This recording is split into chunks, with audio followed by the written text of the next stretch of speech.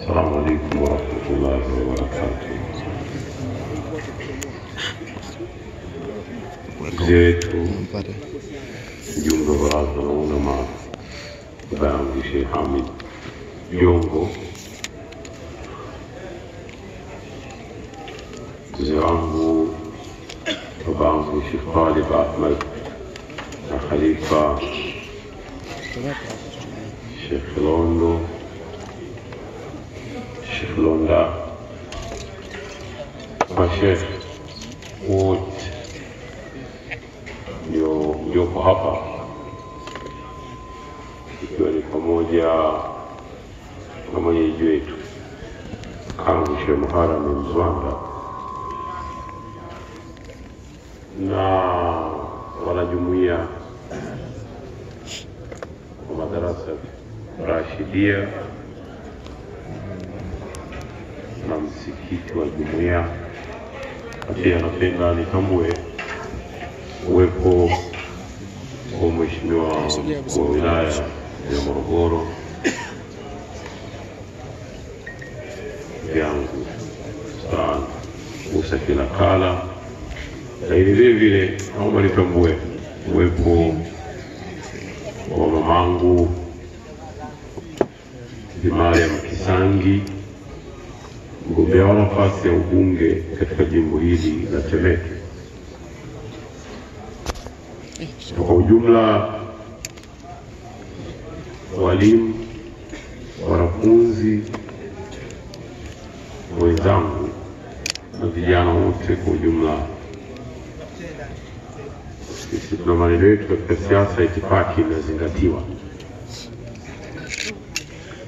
Tumepewa nafasi ya kusalimia na kutoa salamu za serikali katika hadhara hii kubwa na nzuri iliyopendeza sana ya Bwana Mtume Muhammad sallallahu alaihi wasallam. Alhamdulillah, hakika ninampongeza sana Sheikh Muharram Mzwanda kwa kazi hii kubwa anayoifanya. Mahala hapa pamependeza sana, ni umma kubwa na umedhihirisha namna watu wanavyompenda Bwana Mtume Muhammad sallallahu alaihi wasallam. Sasa kwa ujumla, uwanja huu umekuwa ni uwanja wa kielimu na imezungumzwa elimu mahala hapa, na kimo cha waliozungumza ni kikubwa, kimo changu ni kidogo, lakini kwa kuwa nimepewa nafasi ya kusema hasa na jambo linalohusu masala ya serikali, nasema kwa ufupi.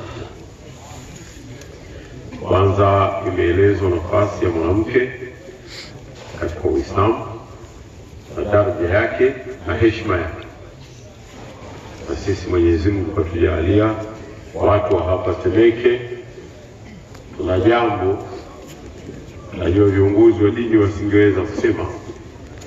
Mimi ndio shughuli yangu kusema maneno haya, na mimi ni mtu wa Temeke. Kwa hiyo sisi watu wa Temeke hapo mwaka huu tutampa heshima mwanamke, kama ambavyo ni katika kuthibitisha maneno yaliyokwisha kusemwa na walimu na wabobezi wa elimu katika hadhara hii, namna Uislamu ulivyompa hadhi mwanamke kwa kila aina ya dalili zilizozungumzwa. Kwa hiyo naona babangu Sheikh Hamid Jongo kwa maneno yale yaliyosemwa hapa, mamangu Mariam Kisangi, mambo yake yameshakisha kuwa mazuri tayari. Na hili vile nchi ya Tanzania tunaingia kwenye uchaguzi tarehe 29, tunapiga kura, na imesemwa hapa. Na katika jambo lingine ambalo tutakwenda kulifanya kwa maana ya kuthibitisha ile heshima na daraja ya mwanamke, sisi tunakwenda kumpa mama yetu Daktari Samia Suluhu Hassan nafasi na umma wa dunia yote ijue kama Qur'an na dini yetu sisi Waislamu imempa hadhi mwanamke. Sisi wa Tanzania tutathibitisha jambo hilo kwa vitendo, na hiyo ni salamu kwa wengine wapate kujua kwamba huku kuna nchi inaitwa Tanzania na huwa inafanya mambo yake kwa vitendo.